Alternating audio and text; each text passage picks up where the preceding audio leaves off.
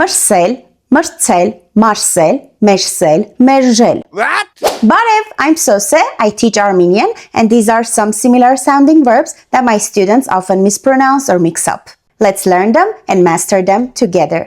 Մրսել, մրսել. To feel cold, to catch a cold. Ես մրսում եմ. I feel cold, I'm cold. Ես մրսել եմ. I caught a cold. Մրցել, մրցել, մրցել, to compete. Մենք մրցում ենք. We are competing. Մարսել, մարսել, մարսել, to digest. Սնունդը դժվար եմ մարսում.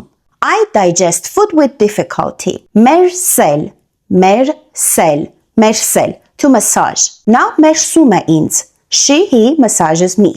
And the last one, մերժել, մերժել, մերժել, to refuse, to reject. Ես մերժեցի առաջարկը. I refused the offer. Now it's your turn. Հիմա քո հերթն է. Write your examples in the comments below and don't forget to follow me for more Armenian. Հաջողություն!